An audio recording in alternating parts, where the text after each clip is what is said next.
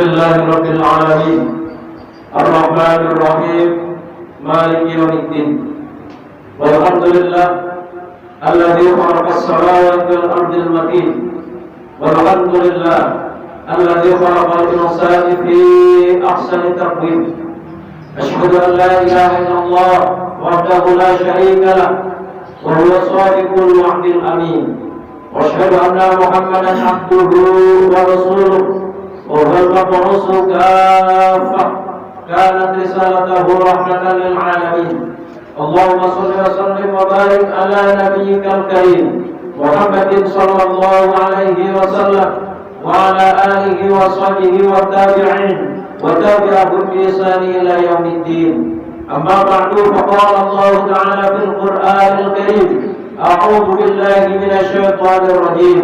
يا أيها الذين آمنوا اتقوا الله حق تقاته ولا تموتن إلا وأنتم مسلمون.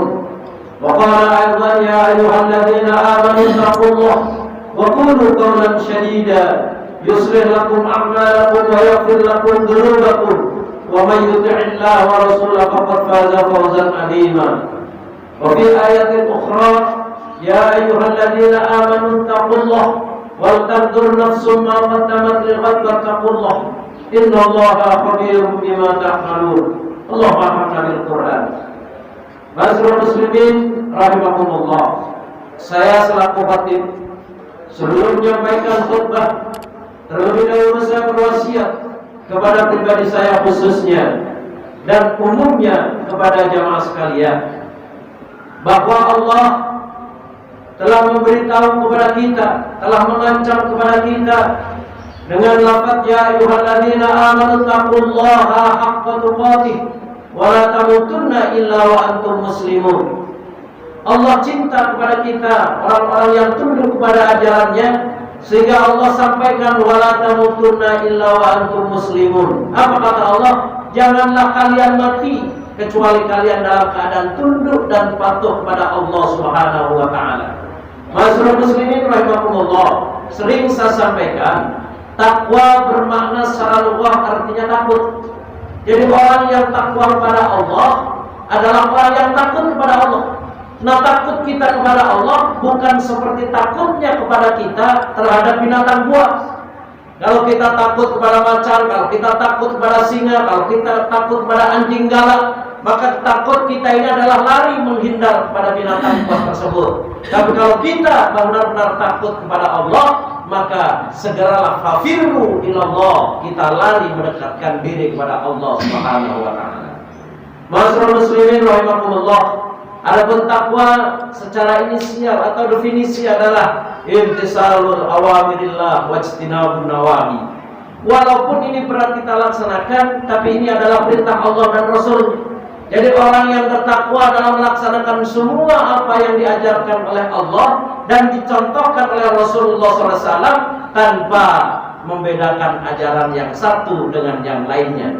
Dengan kata lain, takwa ini adalah tunduk sepenuhnya kepada ajaran Allah tanpa membedakan ayat yang satu dengan yang lainnya. Sebagaimana firman Allah dalam surat Al-Baqarah 280, ya ayyuhalladzina amanu dhkuru fis-silmi kafah wa la tattabi'u khutuwatis syaitan innahu lakum aduwwun mubin. Rasanya ayat ini kalau kita sampaikan langka orang menyikapi ayat tersebut. Karena apa? Mereka mengatakan mustahil, enggak masuk akal, impossible dan segala macam. Tapi ini adalah perintah Allah. Allah memerintahkan kepada kita, ya ayyuhalladzina amanu, wahai orang yang beriman kepada Allah, yang yakin kepada Allah. Allah adalah sebagai waliyul hamid, sebagai pelindung kita, dan beliau adalah zat yang maha terpuji.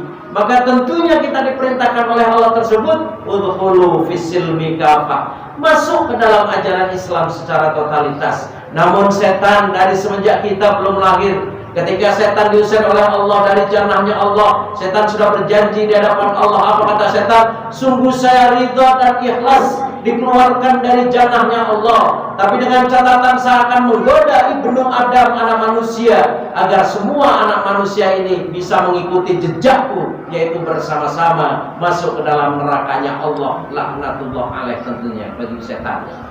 Masyarul muslimin rahimakumullah. Satu sisi Allah memerintahkan kita untuk masuk dalam ajaran Islam secara totalitas. Tapi apa kata setan? Wala tattabi'u khutuwatis syaitan, innahu lakum aduwwum mubin. Jamaah rahimakumullah. Di dalam Al-Qur'anul Karim Allah berfirman, a'udzubillahi minasyaitonir rajim. Innal ladzina fatanul mu'minina wal mu'minat summa lam yatubu falahum adzabu jahannam walahum adzabul harim.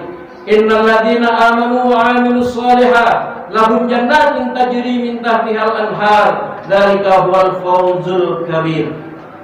Sesungguhnya orang-orang yang menfitnah, orang-orang yang mencaci, menghina kepada orang mukmin laki-laki dan kepada mukmin perempuan, summalam yartabu, tapi mereka tidak menyadari kesalahan tersebut sehingga mereka tidak mau bertobat kembali kepada Allah, falahum adzabu jahannam, maka sungguh bagi orang tersebut adalah azab jahannam, walahum adzabun harim. Orang-orang yang membenci kepada Nabi dan orang-orang yang beriman, orang-orang yang mencaci maki, menfitnah terhadap Nabi dan orang-orang yang beriman, dan mereka tidak mau kembali kepada Allah, ternyata Allah telah mengancam dengan dua azab. Ancaman yang pertama bagi orang yang menghina dan menfitnah orang-orang yang beriman, lahum adzabu jahannam, mereka akan mendapatkan azab jahannam. Dan yang kedua, walahum adzabun harim, dan bagi mereka azab yang panasnya sangat membara. Jadi ada azab jahannam, ada adzabun harim. Bagi siapa itu? Bagi orang-orang yang menfitnah terhadap orang-orang yang beriman, terhadap orang-orang yang menegakkan kebenaran, orang-orang yang menegakkan wahyu Allah, menegakkan Al-Qur'anul Karim. Mereka tidak bertobat sebelum menghadap kepada Allah, maka bagi mereka azab di dunia maupun azab di akhirat pasti ada tentunya.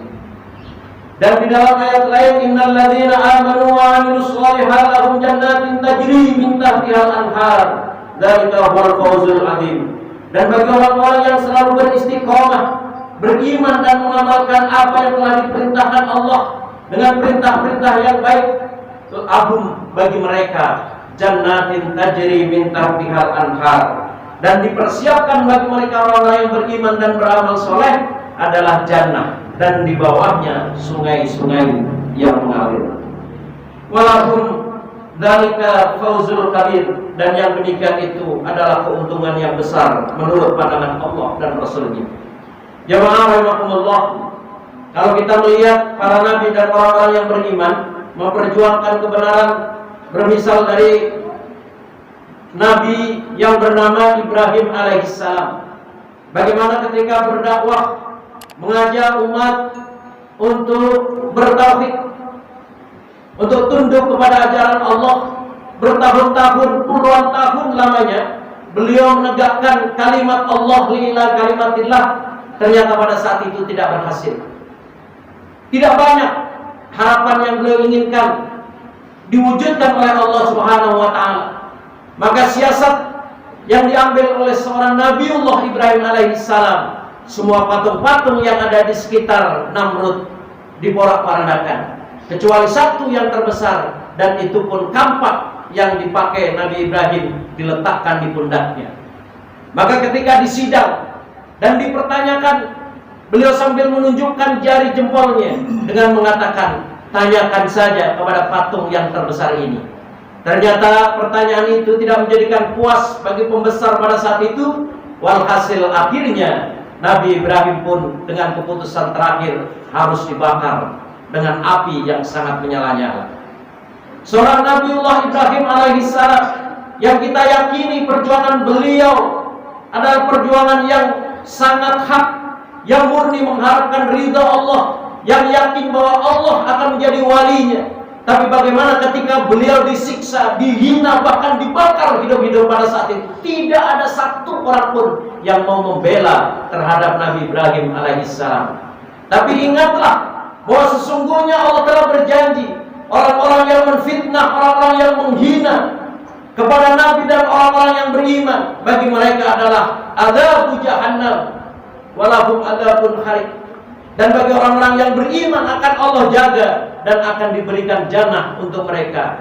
Maka ketika menurut logika akal sehat, ketika Nabi Ibrahim dilemparkan ke dalam api, pasti akan terjadi, beliau akan terbakar hidup-hidup dan sakitnya pun akan dirasakan dengan luar biasa. Tapi idza arada syai'an yaqulu lahu kun fayakun, bagi Allah gampang dan bagi Allah mudah. Ketika Allah berkehendak, apa yang Allah katakan kepada Ibrahim? Ya narukuni bardan wa salaman ala Ibrahim. Wahai Ibrahim, engkau tidak usah khawatir, engkau tidak usah takut. Api yang dinyalakan oleh Namrud dan kawan-kawannya kami jadikan bardan wa salaman. Ternyata bagi Ibrahim api tersebut bukan hanya dingin, tapi menyelamatkan bagi Ibrahim alaihissalam. Jamaah rahimakumullah, kita tahu perempuan yang hebat, perempuan yang tangguh, dia bekerja mencari nafkah di kerajaan. Dia adalah tukang sisir rambutnya Fir'aun dan anak-anak istrinya. Bagaimana pada saat itu ketika beliau mempertahankan kalimat La ilaha illallah setelah keputusan akhir dan tidak mau murtad, maka akhirnya seorang Masitoh pun harus terjun ke dalam minyak yang dibakar begitu panasnya. Tapi apa yang terjadi ketika beliau mempertahankan keimanannya? Sungguh Allah telah menolong sekeluarga Masitoh dengan jannahnya yang Allah berikan kepada mereka. Dan kita tahu siapa Asiyah. Beliau adalah istri daripada Fir'aun. Beliau adalah istri tercinta daripada Fir'aun yang pada saat itu begitu hebat kekayaan dan kerajaannya. Tapi ketika beliau pada saat itu salah ucap ketika mengambil sisir yang jatuh dengan ucapan bismillah, maka pada saat itu istri tercintanya pun diinterogasi oleh suaminya. Karena yakin suaminya paham betul bahwa istrinya telah berkhianat. Dia tidak mengakui Fir'aun sebagai Tuhannya, tetapi dia tunduk kepada ismunya Allah subhanahu wa ta'ala. Maka apa yang dilakukan? Beliau adalah istri yang tercinta, tapi demi untuk mempertahankan dirinya sebagai yang mengaku sebagai Tuhan, maka akhirnya pun istrinya harus disiksa dengan siksaan yang luar biasa. Beliau harus disiksa lebih berat daripada tukang sisirnya Fir'aun pada saat itu. Tapi ketika beliau minta dan munajat kepada Allah, apa ucapan daripada beliau? Saya rela untuk meninggalkan hiruk pikuk dunia. Karena pada saat itu istri daripada Fir'aun tersebut mempunyai istana, di mana istananya adanya di dalam air. Sungguh luar biasa. Beliau orang yang sangat terpandang, istri daripada raja, kekayaannya luar biasa. Tapi beliau ketika mempertahankan imannya, ketika mempertahankan kalimat tauhidnya, beliau rela meninggalkan suami tercinta. Beliau meninggalkan harta bendanya yang tercinta pun rela ditinggalkan semua itu. Demi apa? Demi membela keyakinannya terhadap keesaan Allah subhanahu wa ta'ala. Walhasil kalau kita hari ini tentunya kekayaan kita tidak sebanding dengan kekayaan istri Fir'aun. Tapi beliau yang istrinya berlimpah ruah pun demi untuk mempertahankan akidahnya, beliau meninggalkan itu semua. Maka ketika hendak beliau dicabut nyawanya oleh Allah subhanahu wa ta'ala melalui malaikatnya, beliau tersenyum karena pada saat itu ditampakkan oleh Allah kepada istri Fir'aun tersebut Asiyah, yaitu istana yang ada di dalam surganya Allah subhanahu wa ta'ala.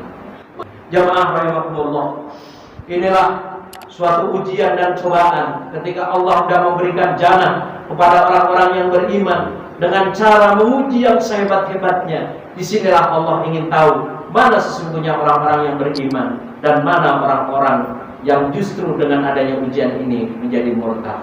Demikian khutbah singkat yang saya sampaikan, mudah-mudahan akan jadi ibrah dan celupan bagi kita. Barakallahu wa lakum fil Qur'anil azim wa nafa'na wa iyyakum bima fihi minal ayati wa dzikril hakim. Taqabbal minni wa minkum tilawatahu innahu